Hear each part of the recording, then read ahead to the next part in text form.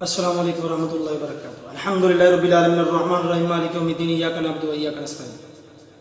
حضرت السامعین ناظرین بھائی نے سوال کیا ہے کہ مسجد کی جو آمدنی ہوتی ہے اس کے مصارف کیا ہے، یعنی کہاں پر وہ خرچ کی جا سکتی ہے۔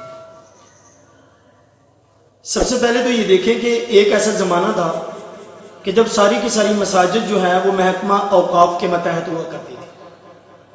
محکمہ اوقاف ایسا ہے کہ جو مساجد ان کے ماتحت ہوتی ہیں ان کے اخراجات، ان میں تمام ضروریات جو ہیں وہ محکمہ ہی ادا کرتا ہے اور وہی ان کی ضروریات کو پورا کرتے تھے۔ اس میں مسجد کی آمدنی کا کوئی سسٹم ہی نہیں تھا۔ لیکن پھر وقت کے ساتھ ساتھ ایسا ہوا کہ محکمہ اوقات سے مساجد نکل گئی۔ محکمہ اوقات میں اب چند ایک مساجد رہ جاتی ہیں، بہرحال اکثریت میں اب مساجد محکمہ اوقات کے تحت نہیں ہے۔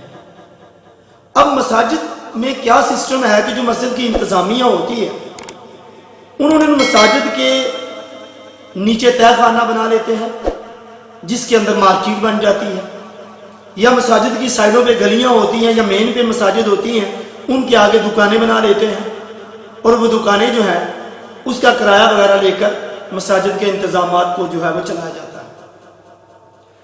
سب سے پہلے تو اس میں دو تین تھوڑی قباحتیں ہیں۔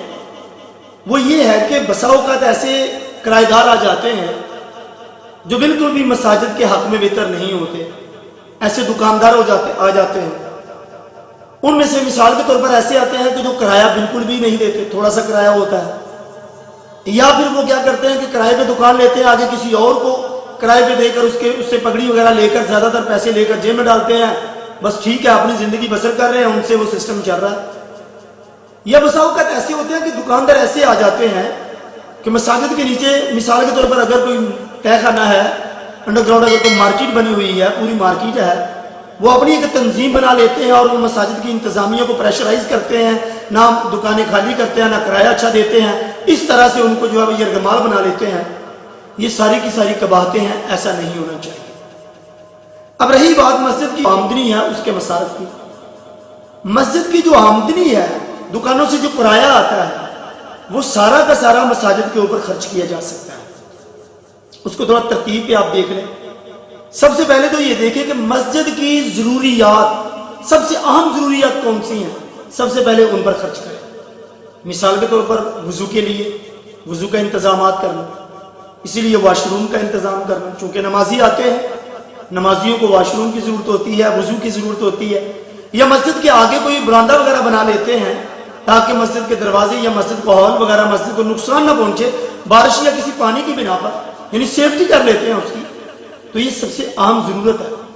دوسرے نمبر پر وہ ضرورت، یہ مسئلہ بڑا اہم ہے کہ ایسا کام جس کی بنا پر مسجد جو ہے ویران ہو سکتی ہے، اس کام کو سب سے پہلے کرنا چاہیے۔ مثال کے طور پر مسجد کا امام، اچھی اس کو تنخواہ دینی چاہیے، بہترین اس کو پیسے دینے چاہیے۔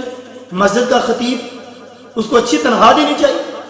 اچھا امام ہوگا، اچھا خطیب ہوگا، اس کو اچھی تنخواہ دیں تاکہ اس کی مکمل توجہ جو ہے وہ مسجد کے کاموں کے اندر لگی رہے، اپنے اس کام اس ڈیوٹی کو اچھے طریقے سے نبھائے۔ آج کل کیا ہوتا ہے، مساجد میں جو امام ہوتے ہیں، خطیب ہوتے ہیں، ان کی تنخواہ کیا ہوتی ہے؟ معمولی سے اس کو تنخواہ دیتے ہیں۔ ان کو تنخواہ دیتے وقت اللہ جانتا ہم سوچتے ہیں شاید کہ وہ کوئی روحانی مخلوق ہے، ان کے ساتھ کوئی جسم کا تعلق ہی ہے یا روح کا تعلق ہی ہے، باقی ان کی فیملی نہیں ہے، ان کا خاندان نہیں ہے، ان کے بچے نہیں ہیں، ان کی ضروریات نہیں ہیں۔ ہم یہ چیزیں سوچ کر بیٹھ جاتے ہیں۔ یہ بھی ان کے اوپر بہت بڑا ظلم ہے، جو انتظامیہ ہے یہ ظلم کرتی ہے ان پر۔ جو ہمارے خطیب ہوتے ہیں، جو ہمارے امام ہیں، جو ہمارے قرۂ اکرام ہیں، جو ہمارے خدام ہیں، جو مسجد کے اندر کام کر رہے ہیں، مسجد کے انتظام چلا رہے ہیں، ان کو بہترین قسم کی سیلری اور تنخواہ دینی چاہیے تاکہ ان کو کسی قسم کی پریشانی نہ ہو۔ جیسے ہماری ضروریات ہیں، ہم ہر ایک کی ضروریات ہیں، اچھے پیسوں کے لیے توجہ کر رہے ہوتے ہیں تو ان کو تنخواہ بڑی تھوڑی سی دیتے ہیں، یہ ان کے پر ہم ظلم کرتے ہیں۔ اس کا اللہ رب العالمین جو مساجد کی انتظامیہ ہوتے ہیں ان سے حساب لیں گے۔ تو اس لیے سب سے اہم ضرورت وہاں کا خطیب، وہاں کا امام، وہاں کا مدرس، وہاں کا جو خدام ہے جو مسجد کا انتظام چلا رہے ہیں، ان کی تنخواہ جو ہے وہ دینی چاہیے اس مسجد کی آمدنی میں سے۔